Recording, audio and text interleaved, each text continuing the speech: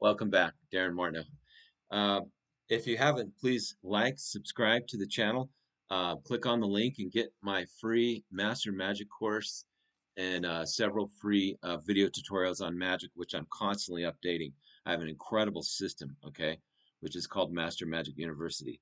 So in this video, what I'd like to talk to you, my students and friends, about is the different categories, the 8 primary kinds of presentations in magic because I have a lot of students that are working on their act, and I'm constantly building shows and building magic. So we're going to talk a little bit about. We always want to script it, okay?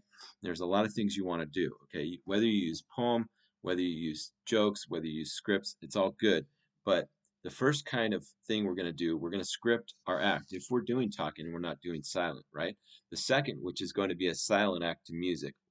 It might involve pantomime or it might involve just close up to music and stuff like this. The next type of presentation is a narrative where you have a narrator, whether it's yourself or narrating, such as the banana bandana trick that I know a lot of magicians really don't like, but it's all about what the audience likes, okay?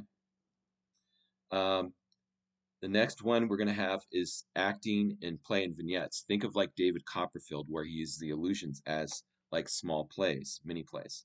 The next we have comedy magic. This is category number 5. Okay, I've done a video on that of the 18 best comedy magicians, which I want you to check out as a case study. Okay, comedy will never hurt your magic. Um, Number 6 is the classical style of magic. Okay, then we have 7, the modern style. And then we get into a whole bunch of other things, which I'll do in other videos, which are the different types of atmospheres. There's about 7 to 10 types of atmospheres. Now we have the modern style, and then we have 8, the mentalism, okay, or the psychokinetic. And then we have 9, which is a combination of these. Like it might be juggling magic, it might be flourishes of magic, it might be mentalism magic. There's no limit to how you can make combinations of new magic. So I hope you like this video.